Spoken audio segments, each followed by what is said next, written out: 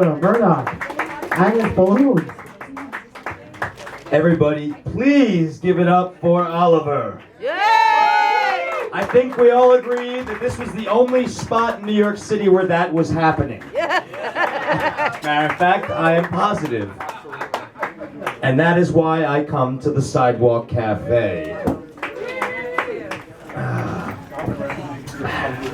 Master Lee will be coming up. He is currently, quote unquote, preparing. And if you know Master Lee, you know what that means.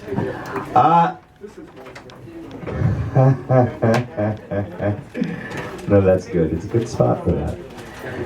So, folks, we have Master Lee misrepresent. We have a conclave of bands and bears. We have mammals. We have everything. Give it up for the narcs in the audience.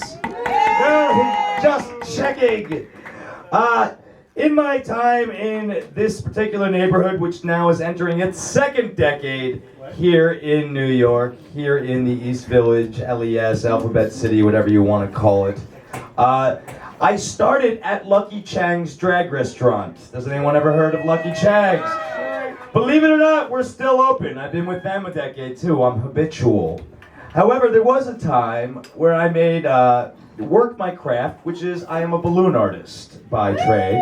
I make very dirty things at Lucky Chang's. For those of you who know Lucky Chang's, you can imagine. I'm actually probably not. I'm much dirtier than you would think. But there was a time where I made balloons for children at Tavern on the Green. I know.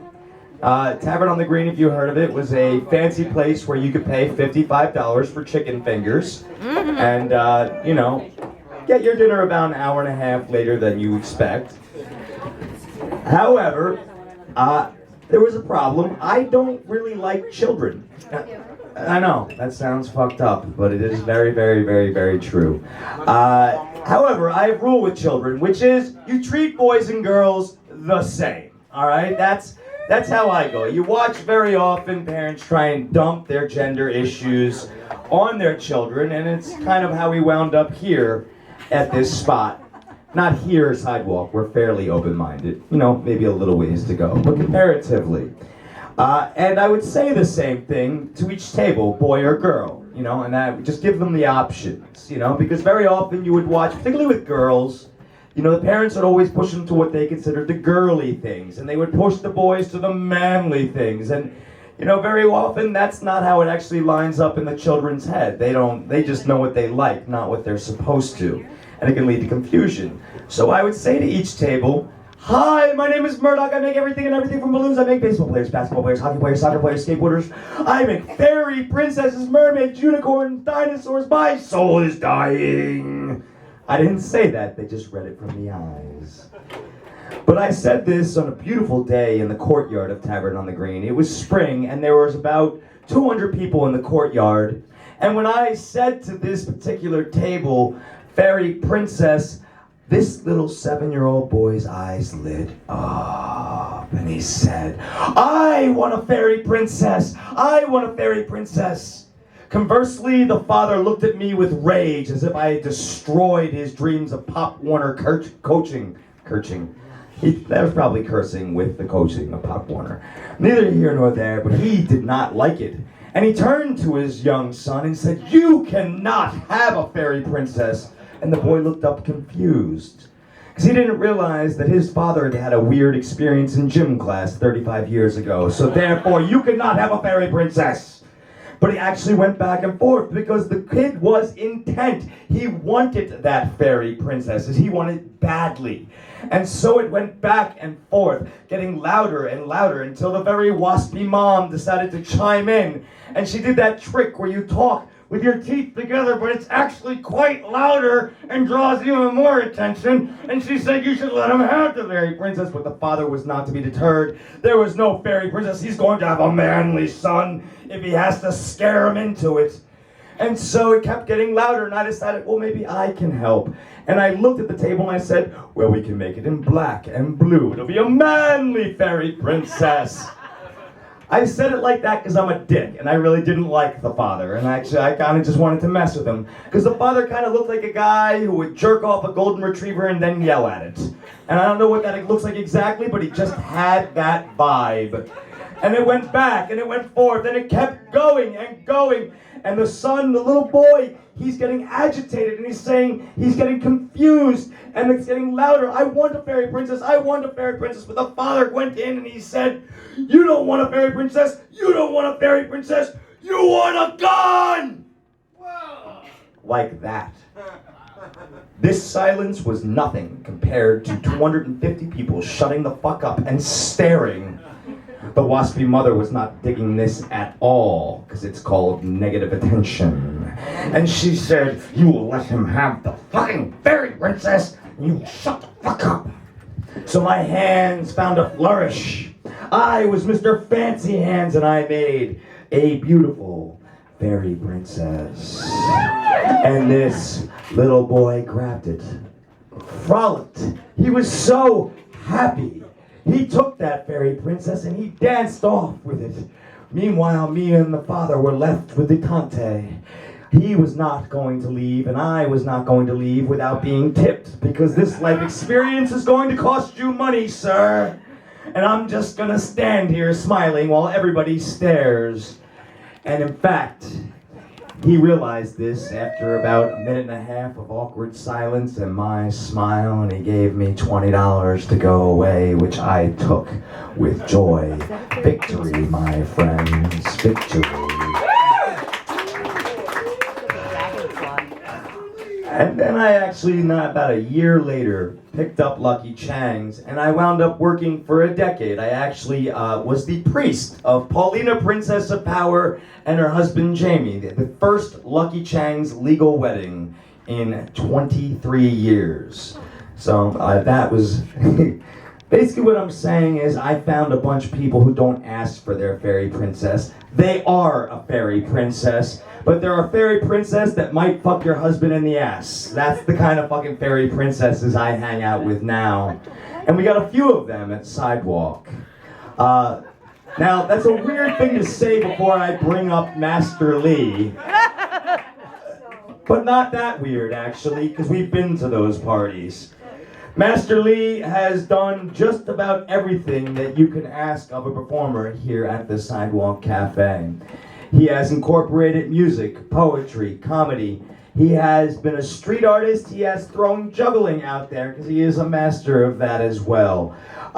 He has encouraged artists to blend the forms, which is something that Sidewalk has truly highlighted and was something that grabbed me. The idea that you are not just a comedian, you are not just a musician, you are not just a poet, you are all of those things if you feel like it. And Sidewalk has rocked that for a long time. So please give it up for the Sidewalk Café.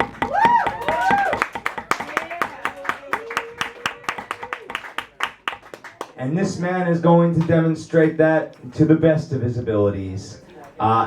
That smell that you smell of him, that is called freedom or cannabis. It may be both. I'm pretty sure he washes his hair with it, which is why we get along so well. So well. So everybody, please give Master Lee your love. Give him your attention. Everybody, I give you Master Lee!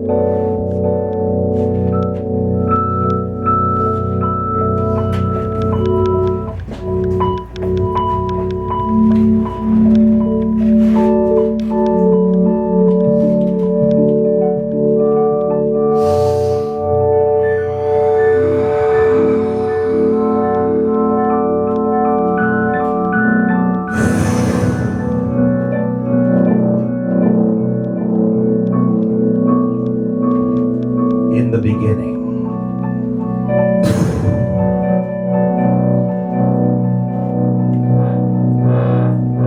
They say, the priest said, was the word. First lie. In the beginning, there's just sound.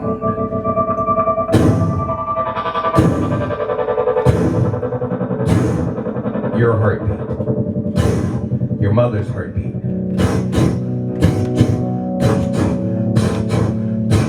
And blood flow.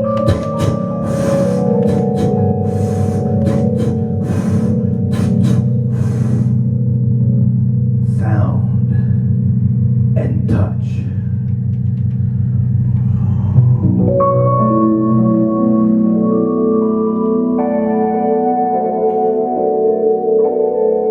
And you lay there in the womb.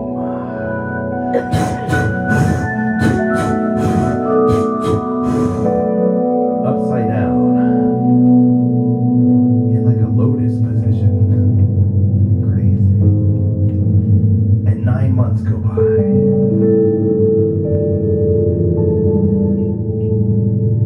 And then you come out the love canal. You're born.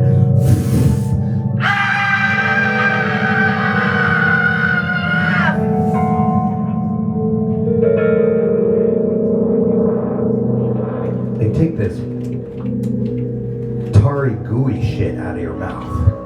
And your kid screams.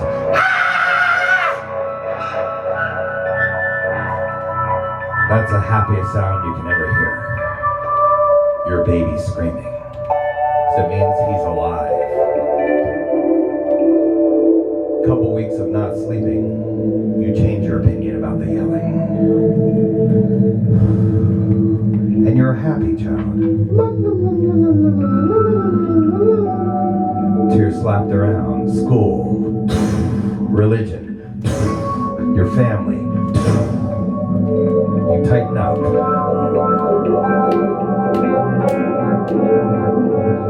If you're abused, physically, emotionally, or sexually, you can develop a false self. How do you get rid of this false self?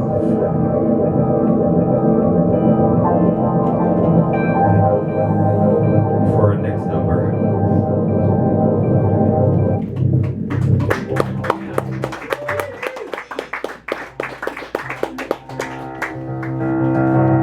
You wake up inside your apartment, inside a box. You go to work. Your work consists of you staring at a box in a cubicle. They don't even mask what it is. You're in a cubicle. If you do well at your job, they give you the big box, the corner box. You come home at night to relax, you turn on the world gets smaller. It's like blinders, smaller, smaller. When you die, they put you inside. How do you get outside of this? What do you do if you see things and other people don't? Well, you gotta be careful. They make you drink the hemlock. Number one, if you can see things and they can't, survive. Number two, make yourself happy. Number three, do your art.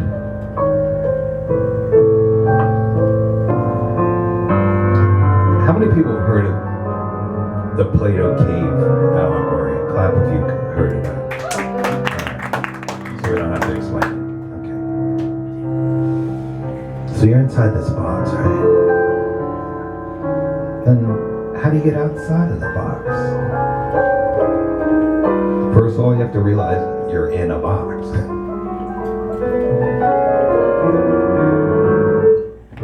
You ever fall in love with someone? Like, I mean, deeply in love. Like, you sit in a restaurant and you just look in each other's eyes. Half hour, 45 minutes, staring in each other's eyes. You're so in love.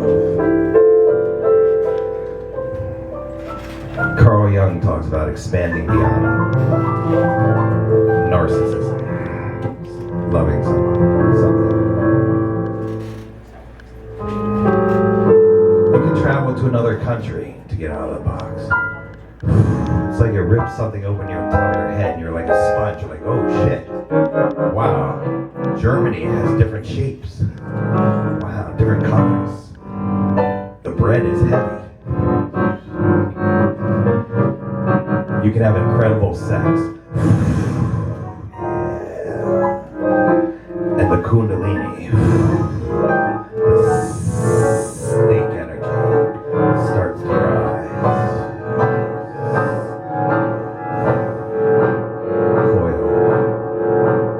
Coiled around your spine, 3.5 times is a snake energy. Why it's 3.5 times? I'm not really sure.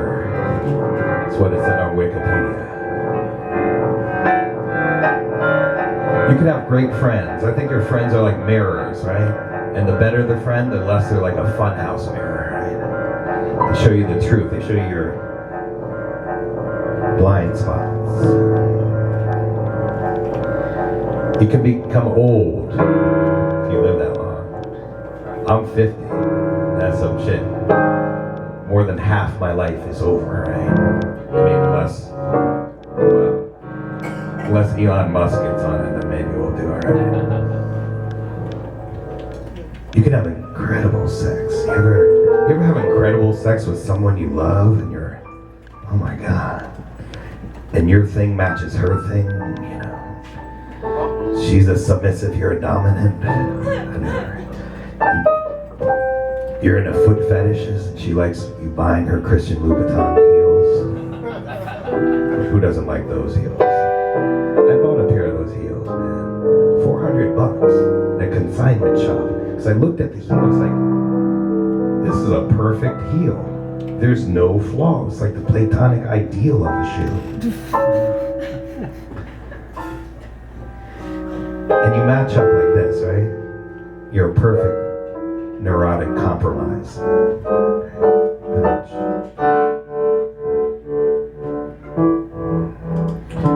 Or you can go on stage for 20 to 30 years and do hand puppets.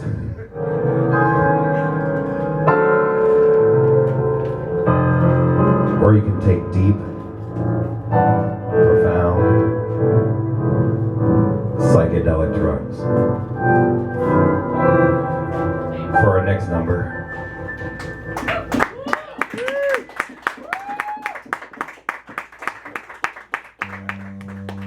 Alright, yell out a Pink Floyd song, any song at all, just yell it out.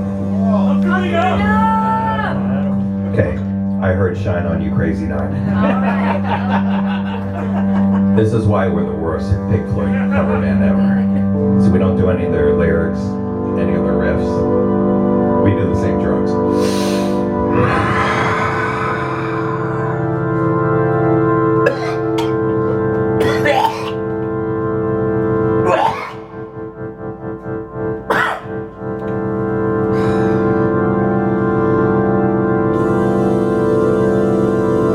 Marijuana, mushrooms, peyote, ayahuasca, and ibogaine.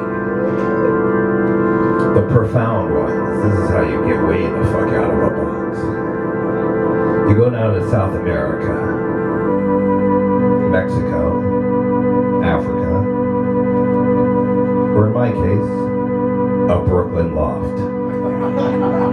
And I paid the shaman $200. Whether you should really be paying a shaman $200 is debatable. That's what I did. And there's music going on in the background, like drumming.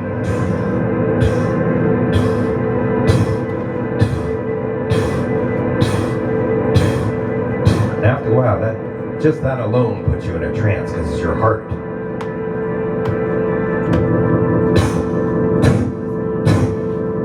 And I go up and I drink this brown, sickening, kind of thick syrup.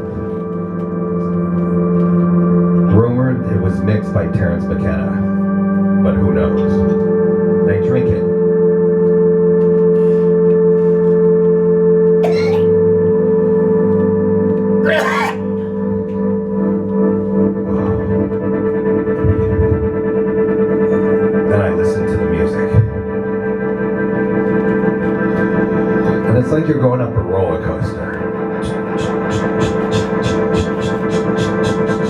Are you high? A little bit.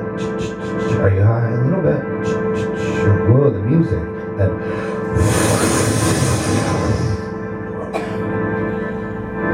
I'm connecting to all the energy in the universe. That's crazy. I mean, let me rephrase that. You're already connected to all the universe energy, but now I'm feeling it all. It's coming through my body, through my mind. I'm like, oh shit. I got it all worked out, man. I got the whole thing worked out. Then I throw up.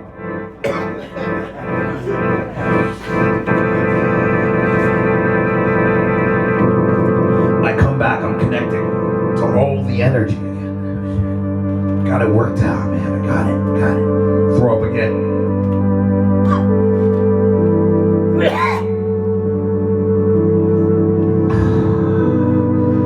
Now I'm sitting on the toilet. Once you throw up the guardians, usually there's one person who's not high. Because, this is profound shit. Sitting there, contemplating the nature of the pipes. Going down, following the sewer system. I must have been in there a long time because the guardian said, "Are you alright?" And I come back out. And now it's hitting me heavy, right? I set the intention of seeing the world as it is. That was a rough 4 hours. Next to me is a woman curled up in the fetal position, chanting, "I don't want to die, I don't want to die, I don't want to die, I don't want to die." 10 minutes of that shit, I wanted her to die. You're fucking up my trip. They take her away. And I think she was facing an ego death. That's some shit. You go to Brooklyn Law, pay somebody $200, and then your ego is dying. Shit. I don't want to die. Everything you think is true about yourself, your persona. Persona is Greek for mask. Everything you think about your mask is getting ripped off you. You're like, whoa, shit. Of course it feels like death.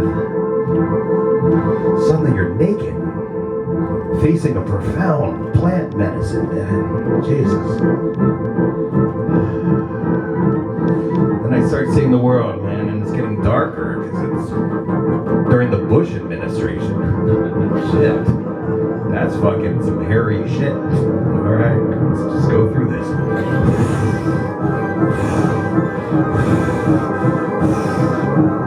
You gotta be the eye of the storm. The eye of the storm. The eye of the storm. The eye.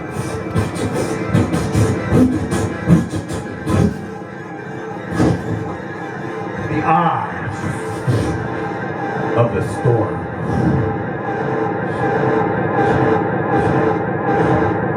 You can go back in time. Let's see when I was 8. Oh shit. Your demons come out when the eye. You're in the middle of it. Let's go back to when I was 4. What was I like when I was 4? Oh yeah. That's what I was like.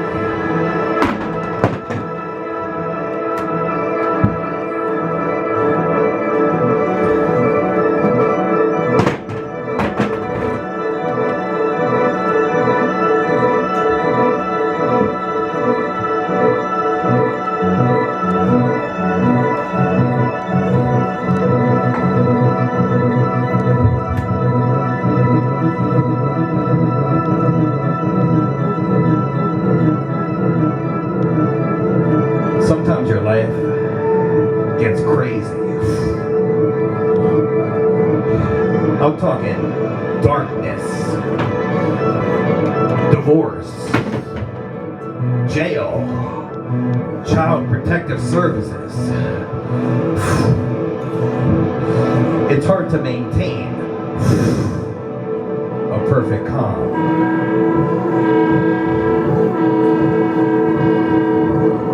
Everything's going to hell.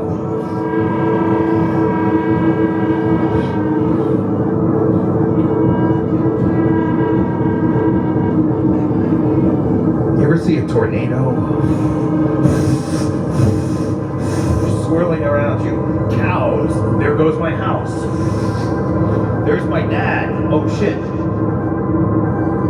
And if you try to grab something outside the eye, like you try to grab your dad, you can get pulled back into the storm. You can die.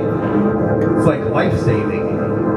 When you go to save somebody, the person can drown you. You're in the eye of the storm, and if you grab something, if you attach to something, even if it's your kid attached to something, you can die.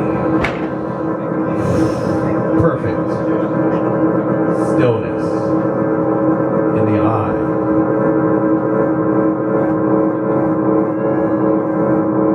Of the storm.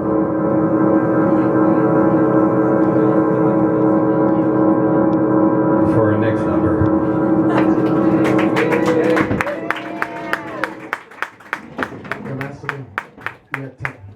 We got 10? 10, yeah.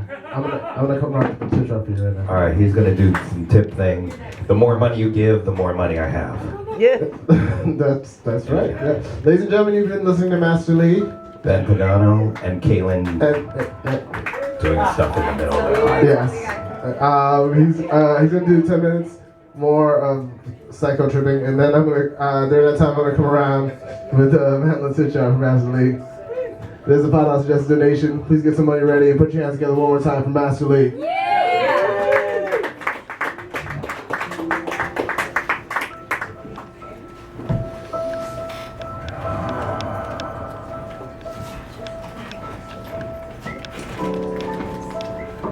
Sartre said that hell is other people. How do you deal with other people? Talking. They're talking. Trying to tell you about your art. Debbie Dalton said, don't take criticism. Okay. Pretty good. I used to imagine that there was a rose and I would be sniffing the rose and the person would be going, I think you should, how's your, you doing any shows? But I found that wasn't powerful enough. So then I just imagined a waterfall.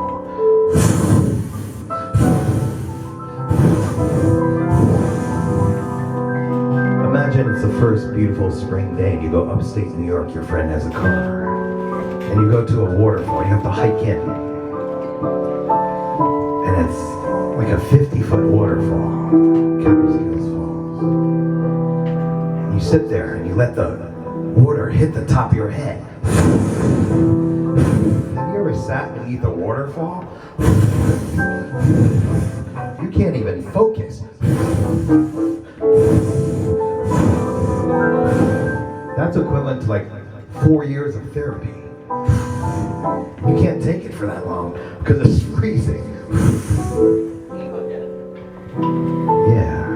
So now when people are talking, I imagine there's a waterfall between me and the person. And that worked pretty well. And now I'm working on the eye of the storm.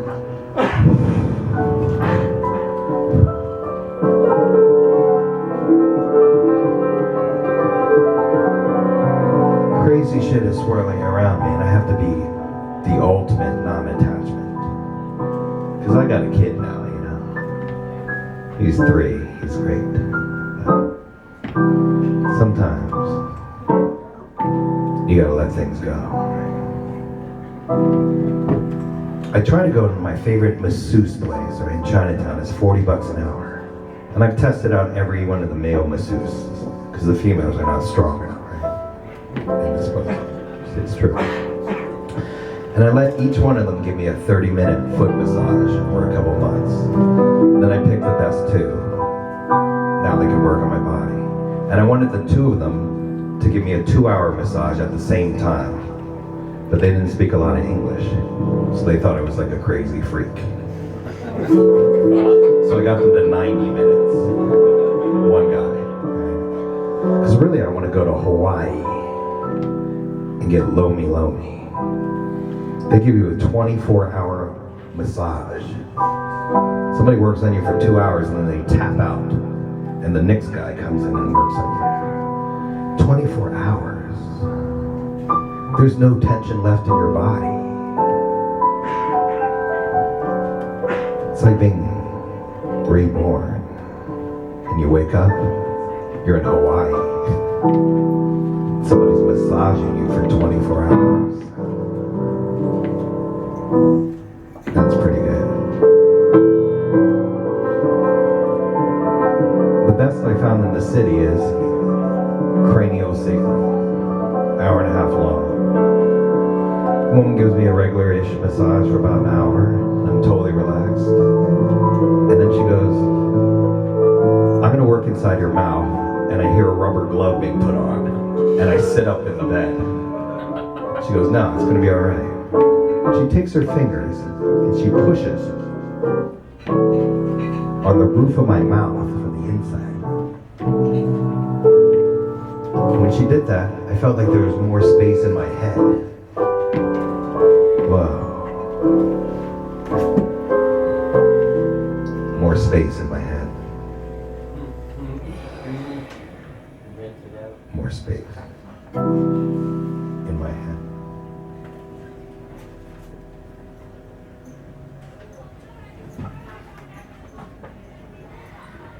For a final song.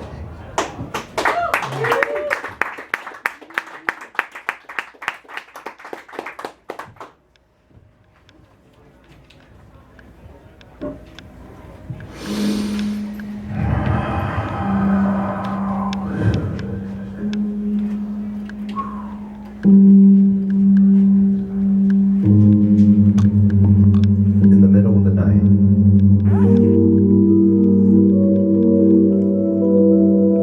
I have color correct bulbs. A bulb that tries to match sunlight exactly. There's too much yellow in most lights. This one's $8. And I leave it on at night. And in the middle of the night I wake up. Then I start writing. 20 minutes to a couple hours. Then I fall back asleep.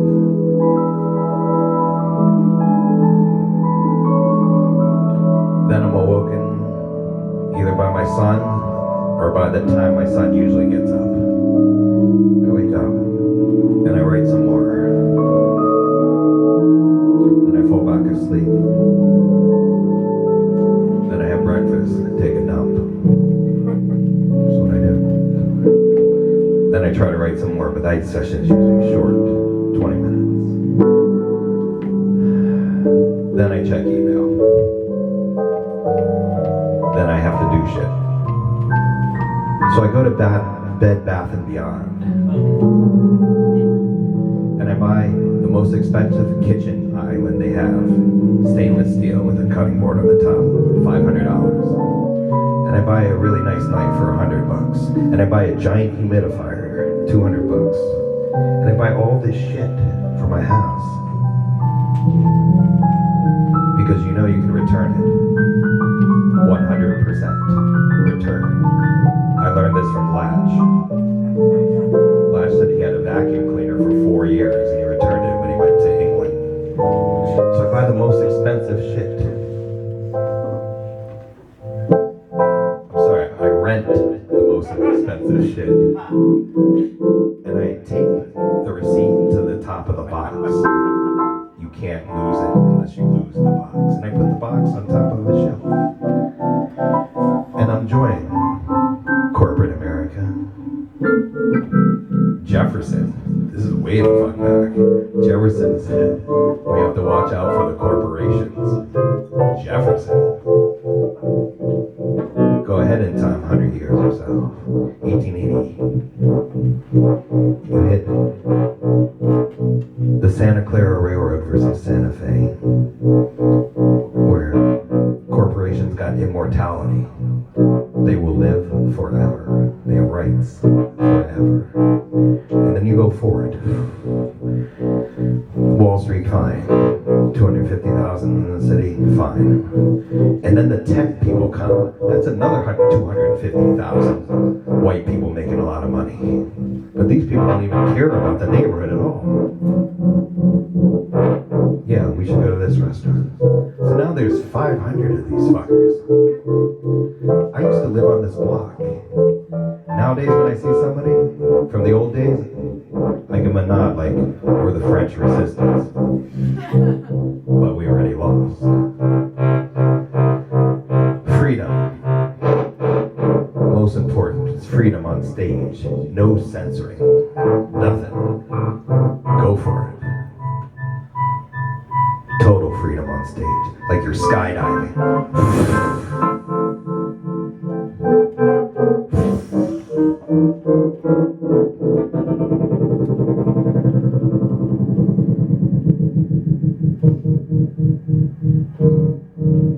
We're Chick Floyd. Yeah. We're also doing the last night of the festival.